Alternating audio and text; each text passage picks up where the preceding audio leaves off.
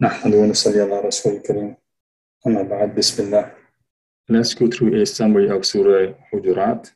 Surah Hujurat means the chambers, and it's a Madani surah with 18 ayats and 2 rukus.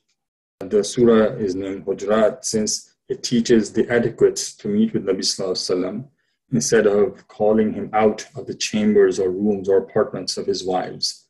Another name of the surah is Al-Akhlaq, meaning etiquettes, because it teaches various etiquettes of interaction, not only with Nabi Sallallahu Alaihi Wasallam, but also among the society, the Muslim society. A brief synopsis of the surah is that this surah focuses on etiquettes of conduct in an Islamic society. It emphasizes obedience to Allah subhanahu wa ta'ala and Nabi Sallallahu Alaihi Wasallam over personal opinions. Allah subhanahu wa ta'ala commands us to interact with Nabi Sallallahu Alaihi Wasallam respectfully, and the surah encourages verification of any news before circulating it or passing it around. We are advised on resolving matters among believers with peace and justice, and vices like insult, ridicule, name-calling, and backbiting are discouraged in this surah. Allah subhanahu wa ta'ala establishes piety as a criterion for honor in His sight instead of the nations and tribes, which are more for our identification. And finally, guidance towards Islam is a favor of Allah subhanahu wa ta'ala upon believers. Let's go to the verses of this surah. Personal opinion should not be given priority or command of Allah subhanahu wa ta'ala and Nabi sallallahu alaihi wasallam. يا أيها الذين آمنوا لا تقدموا بين يدي الله ورسوله واتقوا الله إن الله سميع عليم. The hadith of Nabi sallallahu alaihi wasallam should be listened to attentively and respectfully. So even though Nabi sallallahu alaihi wasallam is not among us, what is left of him is definitely the ahadith and sunnah. So when they are recited in front of us, we should give utmost attention and not make noise. Similarly, when we visit the grave of Nabi Sallallahu Alaihi Wasallam in Masjid al-Nabawi, we should be paying a lot of respect and carefully talking in a low voice, not to raise our voice in that blessed place. يا أيها الذين آمنوا لا ترفعوا أصواتكم فوق صوت النبي ولا تجهروا له بالقول كجهر بعضكم لبعض أن تحبط أعمالكم وأنتم لا تشعرون. Validation of news should be done before hastily acting upon it, because it leads to regretful consequences.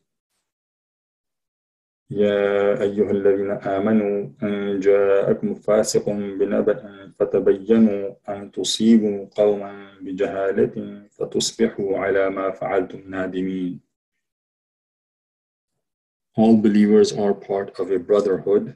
إنما المؤمنون إخوة فأصلحوا بين أخويكم واتقوا الله لعلكم ترحمون. Mocking, ridiculing, insulting, and name-calling are discouraged for believers.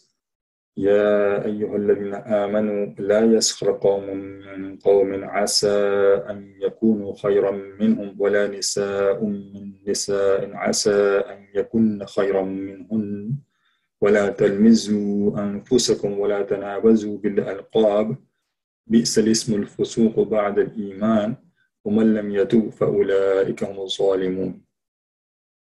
Also, excessive suspicion and curiosity about other people's fault is sinful. يا أيها الذين آمنوا اجتنبوا كثيرا من الظن إن بعض الظن إثم ولا تجسسوا.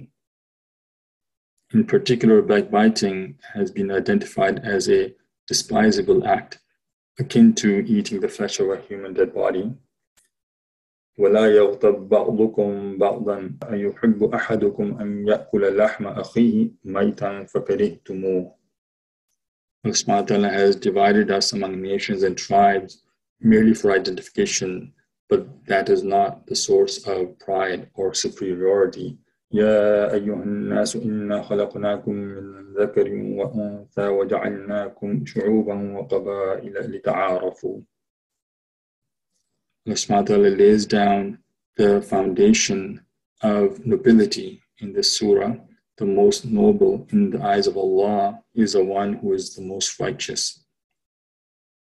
إِنَّ أَكْرَمَكُمْ عِنْدَ اللَّهِ أَتْقَاكُمْ. We also learn about the difference between Islam and Iman. قالت الأعراب آمنا قل لم تؤمنوا ولكن قولوا أسلمنا ولما يدخل الإيمان في قلوبكم. And especially in reference to Hadith Jibreel, we learn about Islam being referred to for actions that are external, and Iman is about the belief that is from the heart. And finally, Allah subhanahu wa ta'ala has favored us by giving us Islam as our religion, and Allah subhanahu wa ta'ala does not need us. It is indeed His favor that we have been born Muslim, and we are in need of worshipping Him and following His commands for our own salvation. يَمُنُّونَ عَلَيْكَ أَنْ أَسْلَمُوا قُلْ لَا تَمُنُّوا عَلَيَّ إِسْلَامَكُمْ وَلِلَّهُ يَمُنُّ عَلَيْكُمْ أَنْ هَدَاكُمْ لِلْإِيمَانِ إِن كُنتُمْ صَادِقِينَ. ربنا تقبل منا إنك أنت السميع العليم وتب علينا إنك أنت التواب الرحيم.